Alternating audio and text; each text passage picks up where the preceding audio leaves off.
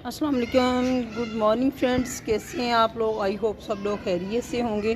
तो फ्रेंड्स, मौसम जो है काफ़ी अच्छा हो गया है। आज क्लाउडी वेदर है और पतझड़ का मौसम जो है वो शुरू हो चुका है। पत्ते जो हैं दरख्तों से वो गिरना शुरू हो चुके हैं, लेकिन जो सर्दी की शिद्दत है उसमें थोड़ी कमी आई है। कहीं बादल बने हुए हैं और कहीं सूरज जो है वो निकल रहा है, लेकिन ये है कि मज़े का मौसम है। हल्की हल्की ठंडी ठंडी हवा जो है वो चल रही है। तो आज का जो फ्रेंड्स टॉपिक है मेरा वो है मरवा प्लांट के ऊपर। मोराया भी इसको कहते हैं। इसमें मेल और फीमेल दो प्लांट्स होते हैं। जो मरवी होती है उसके ऊपर जो है वो फ्लावरिंग ज़्यादा होती है। उसके जो लीफ हैं वो भी छोटे साइज़ के होते हैं, और जो मरवा होता है उसके ऊपर जो है वो बर्ड्स वगैरह तो ज़्यादा बनते हैं, लेकिन उसकी फ्लावरिंग जो है वो मरवी की निस्बत जो है वो कम होती है। तो फ्रेंड्स, बहुत ही अच्छा और बहुत ही ये खूबसूरत सा प्लांट होता है, और इसको अमूमन जो है आउटडोर ही लगाया जाता है। इंडोर इसकी ग्रोथ जो नहीं होती। बहुत हार्डी प्लांट होता है, बहुत इजी टू ग्रो प्लांट है। ये आसानी के साथ जो है इसको ग्रो ये कर जाता है, और खुशबू का बादशाह भी इसको कहा जाता है, क्योंकि इसकी इतनी ज़्यादा इतनी खूबसूरत इसकी फ्रेगरेंस होती है जो कि बहुत ज़्यादा ही अट्रैक्ट करती है। और बहुत अच्छी भीनी भीनी सी इसकी खुशबू जो है वो होती है, जो कि बहुत ज़बरदस्त लगती है। आप इसको कटिंग के थ्रू भी ग्रो कर सकते हैं। इसके अलावा आप इसको सीड्स के थ्रू भी ग्रो कर सकते हैं। ये जो इसके आप ये देख सकते हैं, इसके अंदर जब ये अमूमन ये रेड रेड कलर के हो जाते हैं, पक जाते हैं, तो इसके अंदर से एक सीड निकलता है, जिसको वॉश करने के बाद आप इसको ग्रो कर सकते हैं। और 5 से 6 दिन के बाद जो है इसकी जो है वो ये शुरू हो जाती है। इसकी जो ग्रोथ है वो शुरू हो जाती है। बहुत ही अच्छा प्लांट है, ज़रूर ग्रो कीजिएगा। अगर मैंने तो ये ज़मीन में ग्रो किया हुआ है। अम्मी की तरफ जो है ये गार्डन में ज़मीन में ग्रो हुआ है, ग्राउंड में।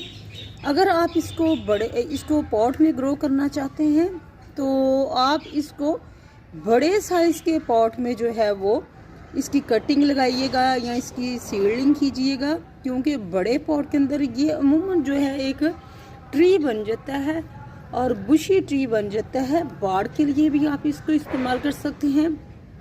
इसकी अगर पॉटिंग मिक्स की फ्रेंड्स बात करें, तो पॉटिंग मिक्स की अगर बात करें तो इसको जो है इसमें आप जब इसकी कटिंग आपने लगानी हो तो 50% जो है वो कोकोपीट और 50% ही आपने गार्डन सॉइल जो है उसमें इसकी कटिंग आपने लगानी है। मॉइस्चर को ये प्लांट जो है पसंद करता है। चूँकि सर्दी चल रही थी, इसलिए विंटर में इसकी ग्रोथ जो है थोड़ी स्लो हो जाती है, और जैसे ही बाहर का मौसम आता है तो इसके ऊपर बहुत ज़्यादा फ्लावरिंग होती है, और बहुत ही भीनी भीनी सी खुशबू जो है इस प्लांट से आती है।